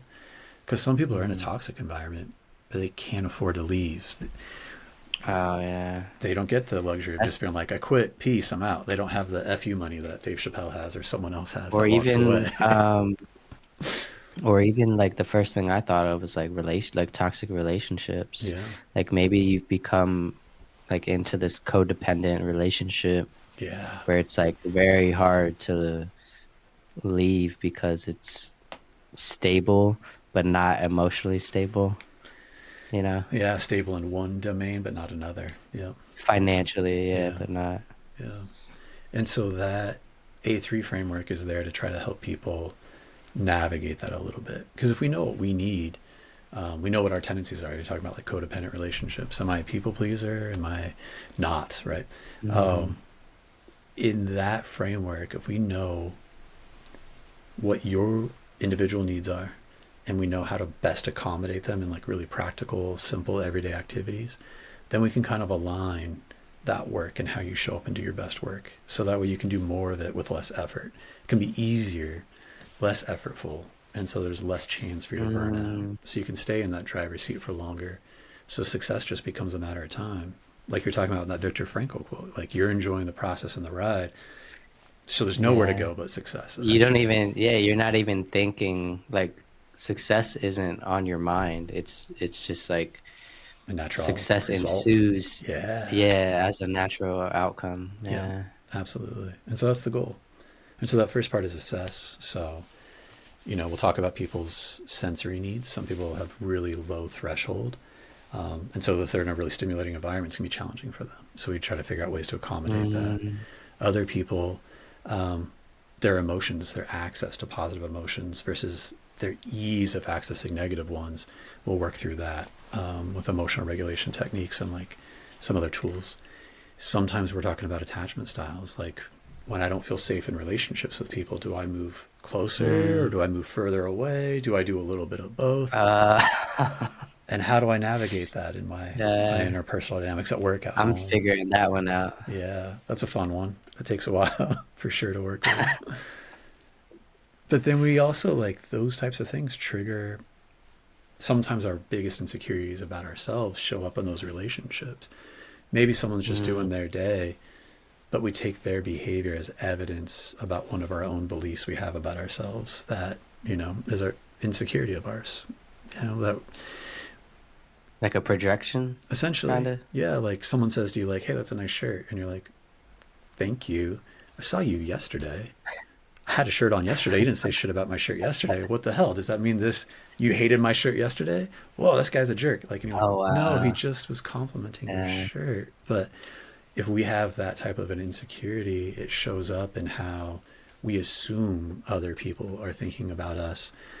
And Mm, also that changes our behavior and our interaction with them. And so now we have this like feedback loop where if I have this belief and I operate on it, I interact with people, they pick up on their version of that belief, and I'm more likely to encounter evidence that confirms that belief over time. And so it gets really hard to mm, like, like confirmation yeah, it's a bias. confirmation bias. We're getting false positives. Yeah. And so it's really hard to like kind of disassociate those feelings and those beliefs, especially when at one point in your life they probably served you really well. They protected you from being put in harm's way or being around people that were not great for you to be around. But now they might be keeping you isolated and around from making true connections with people that really do matter and like would be helpful for you. That was one of my like biggest lessons is how much of an impact that you actually make Mm. in people's lives.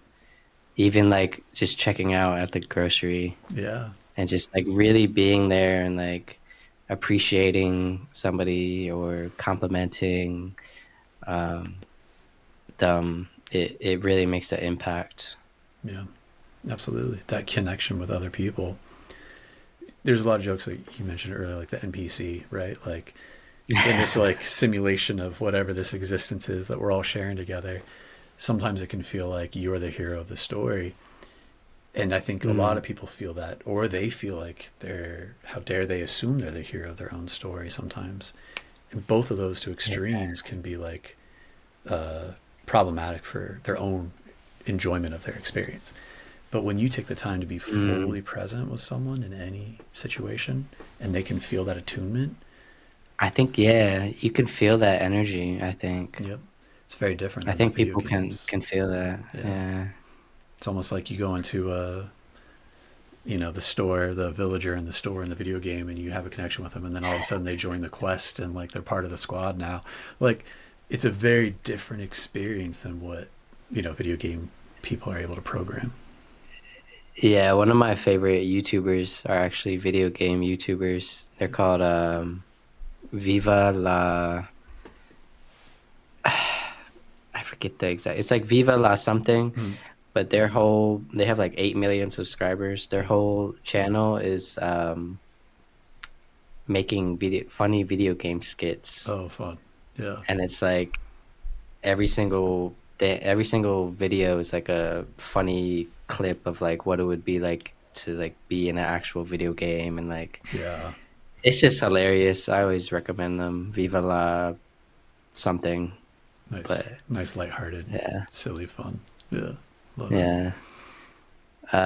Garrett, at the end of all my podcasts, I ask the same final 5 questions. If you're a first time guest, Okay.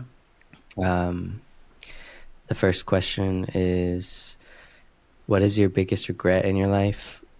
And if you can't think of any, what is something you think your future self would regret?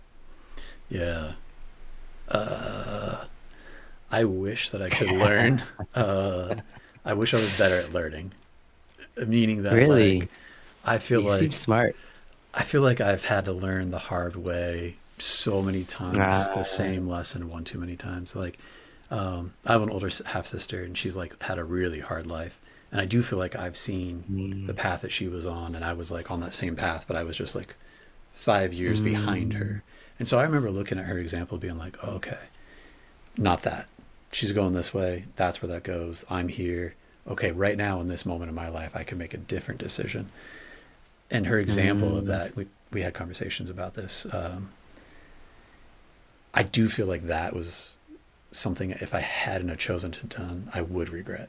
But that's a That's positive so funny example. that, yeah. But there's so many times where I didn't do that, and I wish I would have done more of that. Okay. No, that's funny that you bring that up because my oldest brother says the same exact thing. Hmm. I'm the youngest of four, Hmm. but my oldest brother is the only one that doesn't have a kid yet, Yeah. and he's the oldest.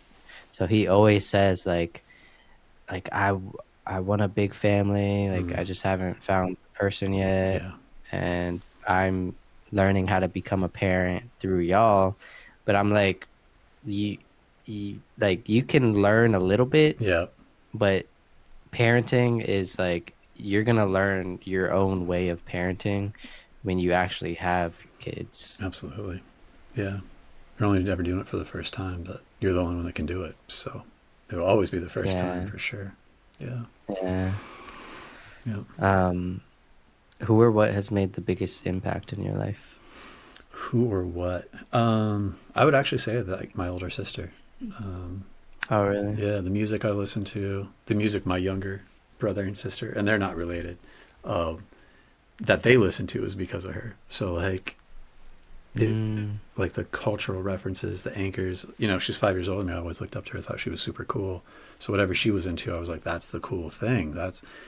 And then mm, my little sister is 5 years younger, and her brother's 2 years younger than that. So it's interesting to see, how those little, like, generation. yeah, those little things have like sifted through, thousands of miles, and people that I've ever met, and how big of an impact that had on like the people that they hung around, and like the friends that they made in school, and the types of activities they pursued. Some of that for better or worse, right? So it's pretty interesting. Yeah, that reminded me of kind of what we were talking about earlier, about music. they say music can like trigger memories of like the first time you listen to Mm-hmm. that it like can literally like bring you back to that time period and like help you remember stuff Yep. from that time period. Absolutely. Yeah. It's like time traveling in real time just by listening to a soundtrack. Yeah. Yeah. Music and movies are like the two things that actually bring tears to my eyes. Mm. Where that stoicism leaks out a little bit, huh? Yeah. It's like, damn, that song is Yeah. so good. And then it's like, Yeah. Yeah. I don't know why. For some reason, it's like I really appreciate like that creative, expressive, like it really puts you in the shoes of like how they were feeling during that time and creating it. And Yeah. That yeah, if you're listening to music or watching a movie and you're having like a body reaction, emotional experiences. that's a state of hypnosis. Really? You're watching that movie and you're like, I know who directed this. I know who scored this. I know the actors' real names. I know their ex-partners and their kids' names. But I'm here crying about this story, knowing it's makeup and it's made believe, Yeah, yeah, but it's real for you in that moment because that imagination, that focused attention, you're in it. yeah. And that's a state of hypnosis. That is a version of it. Yep. And it's that connection. Yep. You just really feel it. Yep. Absolutely. It's like real. Yeah, It's affecting you in yeah. a It feels tangible real. way. Yeah, Yeah. Even if you yeah. know it's fake. Doesn't matter. It's real. Everything. It's all an illusion. Yeah.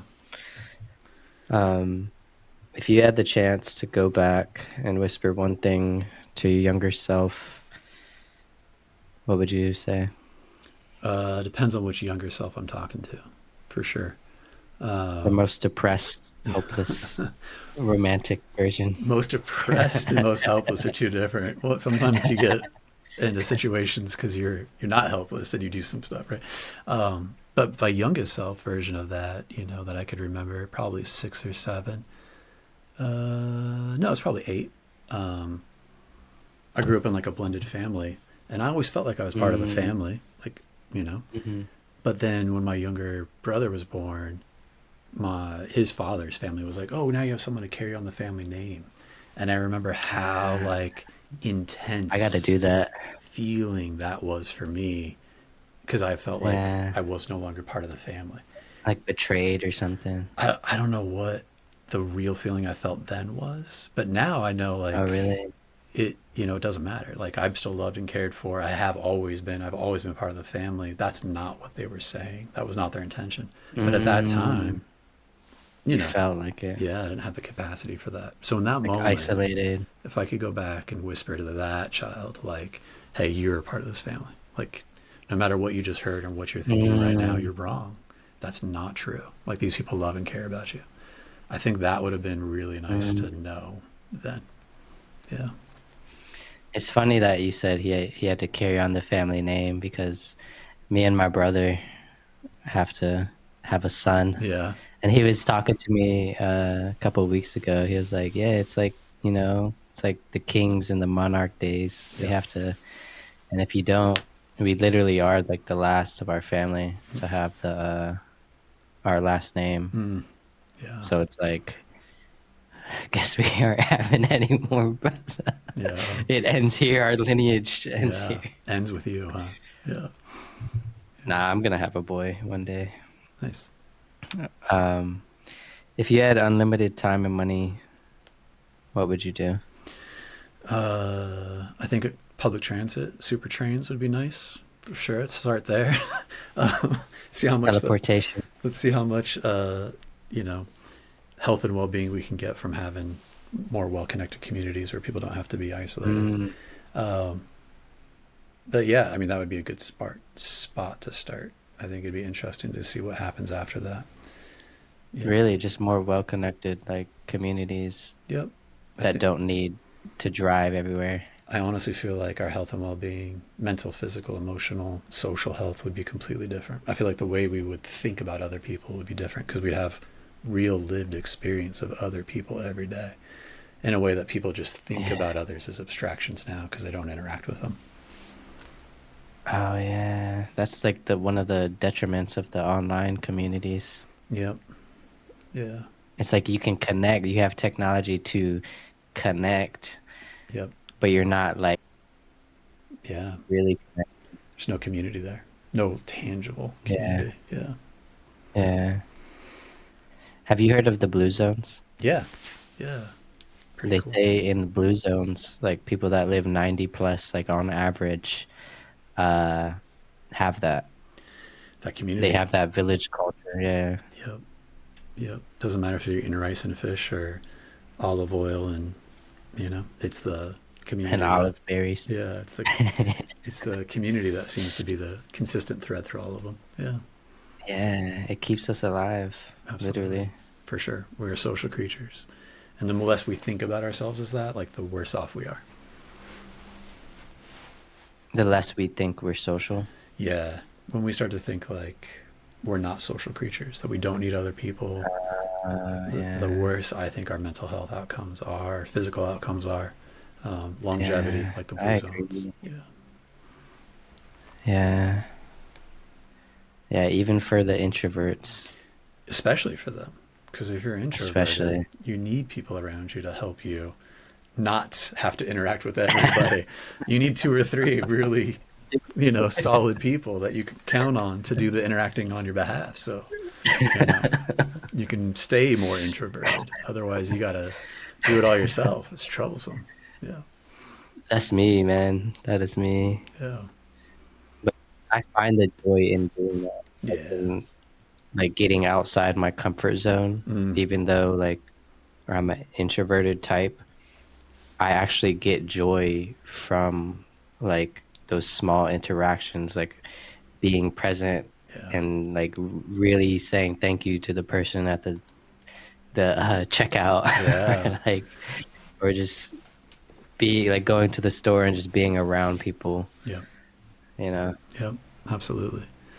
Introverted, but then wanting to still be connected, but in a way that feels safe on your terms versus Yeah, like, yeah, something else. yeah. Um, Last question, Garrett. Yeah.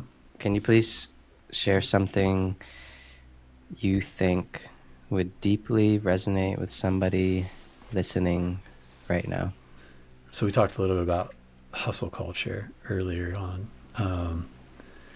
I think if we have like been really conditioned in this, like in the U.S., that success requires sacrifice. Like that's a story that if you were to ask most people, like, hey, does success cost? Like sacrifice? That's not what it requires. They'd be like, yeah, of course, yes, absolutely. I don't know if that is real. I don't know if that's actually true.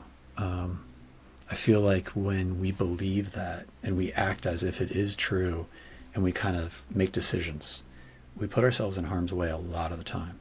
We might have really good reasons for Mm. doing it. We might, in the short run, for sure. In the long run, it gets more challenging. But I wonder if we instead thought like sustainable success is built through your well being instead of at its Mm-hmm. expense. One, like, how different would your day to day feel? How different would your year to year look? How different would the time that it Yeah. takes to get to that outcome feel for you? How much more enjoyable would it be? And like you said, maybe we wouldn't even need to arrive at success because that process would be success enough in of itself that anything you were Yeah. hoping for wouldn't matter anymore. Yeah. So someone's I love it. thinking about, all right, got to get up, got to be successful. What's it going to look like? Sure. No. We could do the success sacrifice route, but maybe we could do the sustainable success built through well-being route. Yeah. How would your life look different? Yeah. When you have that mindset, you, it's like, it feels like you have to sacrifice something regardless. Regardless. It's like, oh yeah, success requires sacrifice. So now you're out there looking for something to sacrifice, Yep. opposed to Yeah. just doing what you're doing or whatever. Yep. Absolutely. Because if your well-being's better, you can think sharper, more creatively. You can feel connected to better Mm. people, better connections to people. You can sleep better. you're going to feel better. So your longevity is going to be up.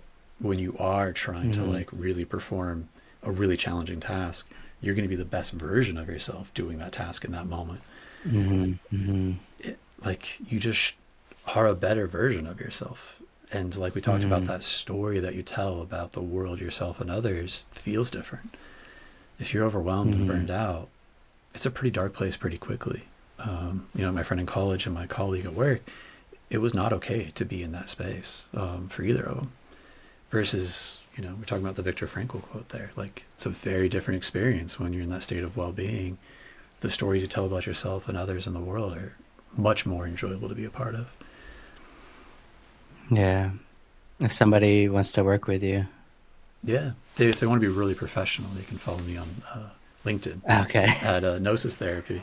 Um, but if they want to be more personable, they can hang out on Instagram and follow me at Gnosis Therapy, or my website's also gnosistherapy.com.